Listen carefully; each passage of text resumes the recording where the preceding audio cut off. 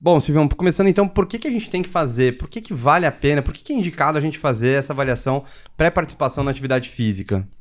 A avaliação pré-participação é um conjunto de avaliações que um médico pode fazer dentro de um cenário de atividade física. Qual que é o grande benefício da avaliação pré-participação? E que a gente tem que se prender nisso. O primeiro e maior benefício dessa avaliação é evitar morte súbita. Evitar a morte súbita no esporte. E por que é importante evitar a morte súbita no esporte? Fato 1, obviamente que você evita de alguém ter uma morte súbita. Isso é óbvio, é claro. Mas também o benefício público da gente evitar uma morte súbita. Sempre que a gente tem uma morte súbita no esporte, as pessoas começam a se questionar se fazer esporte faz bem para a saúde ou não. E a gente sabe claramente, por evidências sólidas, que talvez o maior fator de saúde é a capacidade física, é fazer atividade física. Independente da pessoa que a gente está na nossa frente, a capacidade física de uma pessoa se associa com melhor prognóstico. Então, quando a gente vê eventos de morte súbita em atletas e tudo mais, a gente acaba ficando um pouquinho preocupado se as pessoas não começam a questionar o benefício da atividade física. Então, tem o benefício individual de você prevenir que esse paciente tenha uma morte súbita, mas o benefício público também.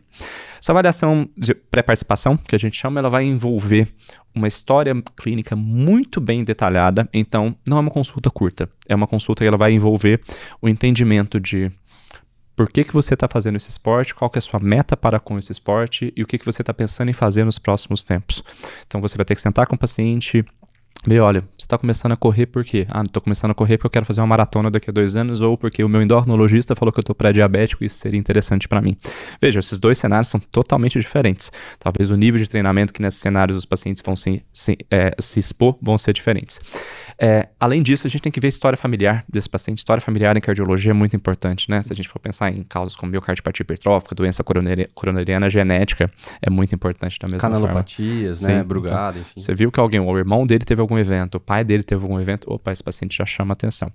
Também é importante ver como é o comportamento sintomático desse paciente durante o esforço, né?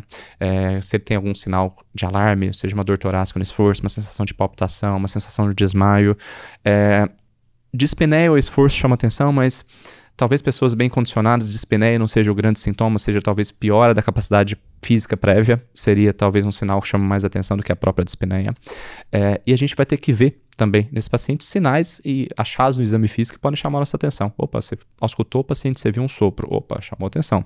Ou você viu o paciente um ictus muito desviado, que chama muita atenção no exame físico, ou uma pressão arterial assimétrica, será que não tem uma coarctação de aorta nesse paciente que talvez vai merecer alguma avaliação um pouco mais pormenorizada?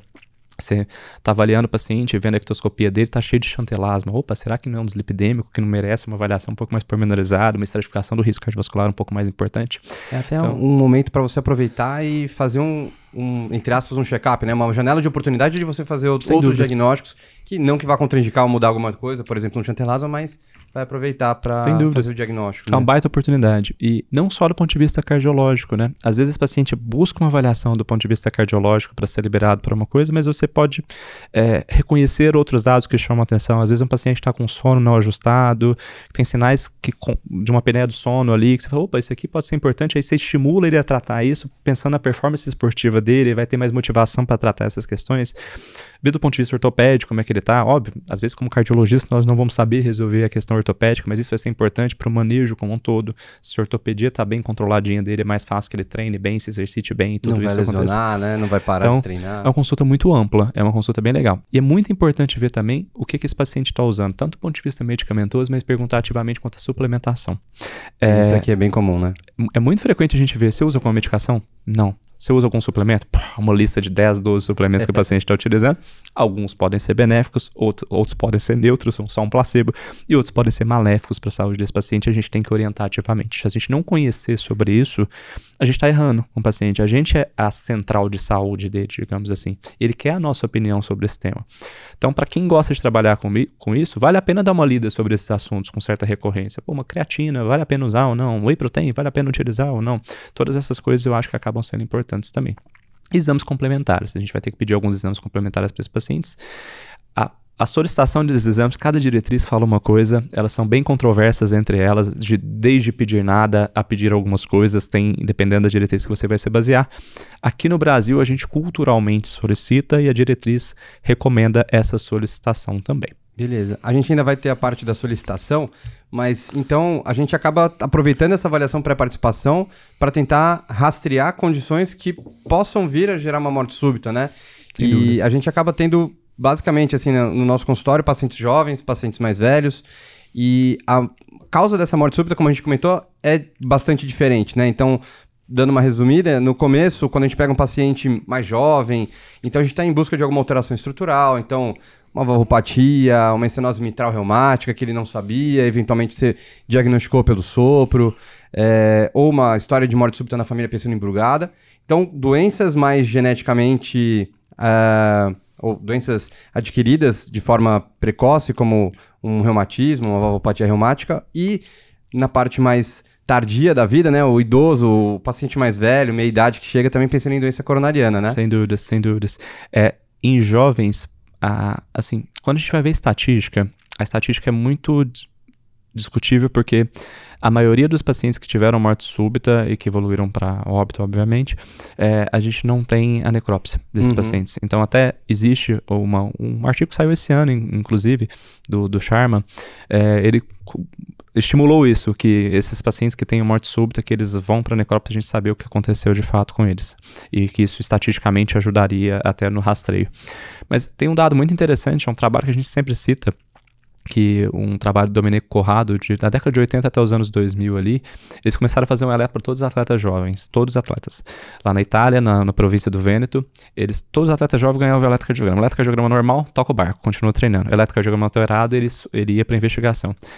A taxa de morte súbita reduziu 7 vezes depois disso. Ou seja, um eletro já ajuda bastante, principalmente no atleta jovem, porque a principal causa de morte súbita nesses pacientes são doenças hereditárias. Então você às vezes consegue ver uma baita hipertrofia ventricular esquerda e você vai ver ali, será que esse cara não tem hipertrófica? Ou você vai ver um QT longo, e tem QT longo que o estímulo para ele é o mergulho. Então um nadador pode ser uma coisa que chama atenção. E tem QT longo que o estímulo para ele é um barulho, uma saída de um esporte de natação pode ser um fator para morte súbita.